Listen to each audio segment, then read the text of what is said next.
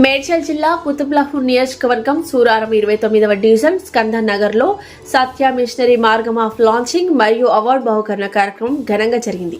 ఈ కార్యక్రమాన్ని సత్య మిషనరీ మార్గం వ్యవస్థాపకులు metropolitan arch bishop Francis Jagan గారి ఆధ్వర్యంలో కుతుబ్లాపూర్ ప్రెసిడెంట్ రెవరెండ్ డాక్టర్ గొడిశేఖర్ గారి చేతుల మీదుగా ఆవిష్కరించడం జరిగింది.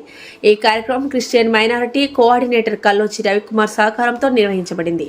ఈ సందర్భంలో 130వ డివిజన్ ప్రెసిడెంట్ చిన్నం తేజర్ రాజు, 129వ డివిజన్ ప్రెసిడెంట్ ఆనంద్ బాబు, సత్య మిషనరీ మార్గం కమిటీ సభ్యులు, కుతుబ్లాపూర్ ప్రాంత పాస్టర్లు, సంఘం సభ్యులు తదితరులు పాల్గొని కార్యక్రమాన్ని విజయవంతం చేశారు. ఈరోజు సత్య మార్గ మిషనరీ మార్గం అనే యాప్ని లాంచ్ చేయడానికి దేవుడు ఇచ్చిన అవకాశం బట్టి వందనాలు. అవకాశాన్ని జగన్ గారు నాకు అనుగ్రహించారు కాబట్టి ఆయన కూడా దేవుడు దీవించిన గాక.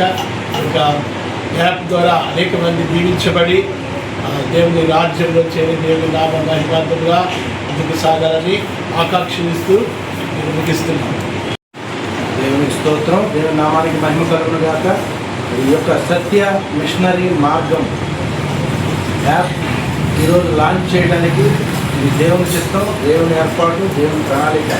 మరి ప్రత్యేకంగా Hyderabad north zone revival pastor fellowship chairman గారు, ఫౌండర్ గారు గోడిశేఖర్ గారి ద్వారా దీన్ని ఆవిష్కరించడం మాకు ధన్యత, దేవుని నామానికి ఘనత. వారికి కూడా ఒక భాగ్యము.